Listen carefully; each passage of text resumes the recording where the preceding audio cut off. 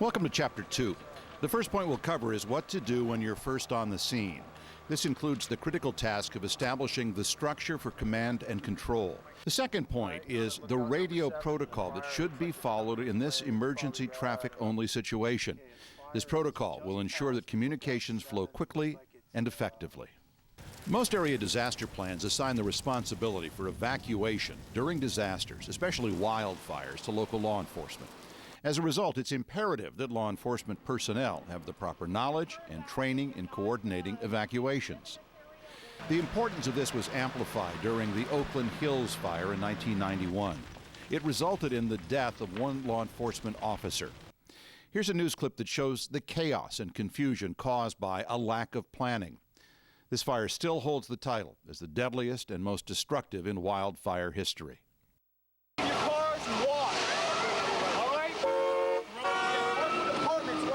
The communication system was overwhelmed, creating chaos and delays. Fire apparatus could not maneuver on the narrow, winding streets, and fleeing residents blocked neighborhood roads.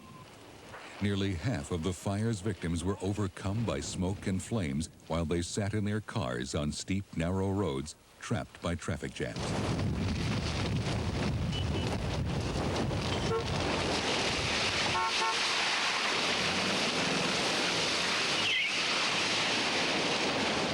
In order to establish a well-coordinated evacuation effort, the first units responding to a wildfire should follow these steps. First, locate the fire incident commander of the firefighting agency in charge and establish liaison with that individual or designee.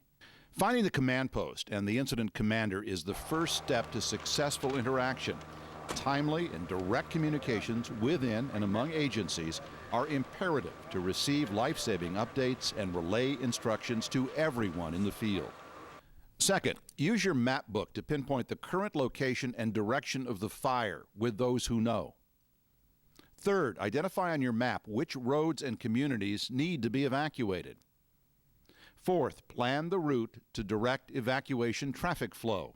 And fifth, identify the location of a temporary shelter for evacuees to go until a permanent one can be established by the Red Cross. Once the specific evacuation plan is in place and agreed on, the liaison officer should communicate this plan to other units by radio. As higher-ranking personnel arrive, they may assume the role of liaison officer, depending on the dynamics of the situation. Ideally, the law enforcement liaison officer should have command authority to direct and coordinate law enforcement resources in the field, along with the fire incident commander. It's important to remember there is only one fire incident command post per fire incident. The fire incident command post may initially be the hood of a car, but as more personnel and equipment arrive, the command post may shift to a permanent location like a nearby fire station or school.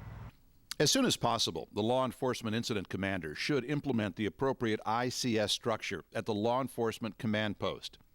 Initially, the law enforcement command post may be the hood of a car or the back of an SUV.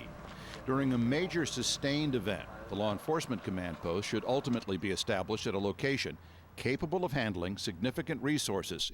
It may be beneficial to dispatch scouts to provide an update on the fire's location, direction, and the areas that need to be evacuated. This allows you to adjust your evacuation plan based on changing conditions, and it provides more time for implementation. A law enforcement representative may be asked to ride with the fire incident commander to coordinate interagency activity. If you are scouting, be sure to coordinate first with the fire incident commander regarding areas you'll be entering.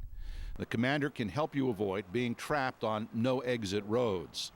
The off-road enforcement team is a department resource that can be utilized to assist with scouting. They're trained and equipped to conduct scouting operations in remote areas. Also, consider the possible availability of aerial assets for your scouting mission. Responding deputies should establish a temporary evacuation location for citizens to use until a permanent, large-scale center is set up by the Red Cross. The temporary site can be any open area outside the fire's path and away from thick vegetation, or it can be a nearby school or park if available.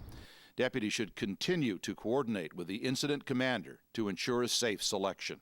During a major disaster like a firestorm, the regional communication system can easily become overloaded with radio traffic. This occurred during the October 2003 wildfire, causing busy signals and stalled communications. Here is the protocol all personnel should follow to preserve precious radio airtime and avoid jammed communications. For those agencies using an 800 megahertz radio system, there's a good chance of getting a busy signal or honk during large-scale events.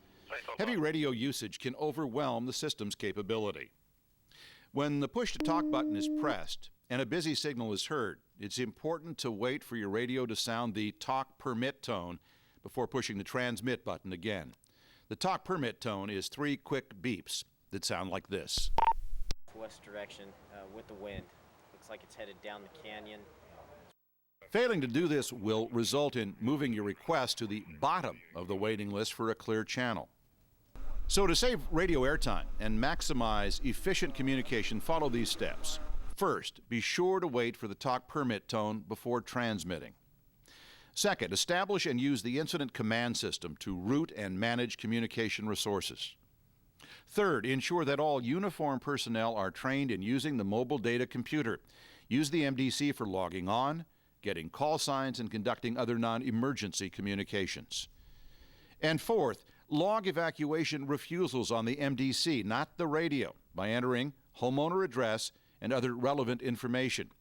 Use the radio only if there is a compelling reason to do so. Also keep in mind that during a major incident involving multiple agencies and resources, you may be instructed to use plain talk to enhance the effectiveness of radio communications. Finally, keep in mind that the preservation of human life is the highest priority. Resources for rescuing animals or preserving property should only be deployed when the threat to humans has been resolved. This concludes Chapter 2. Please proceed to Chapter 3, which covers wildfire evacuation procedures.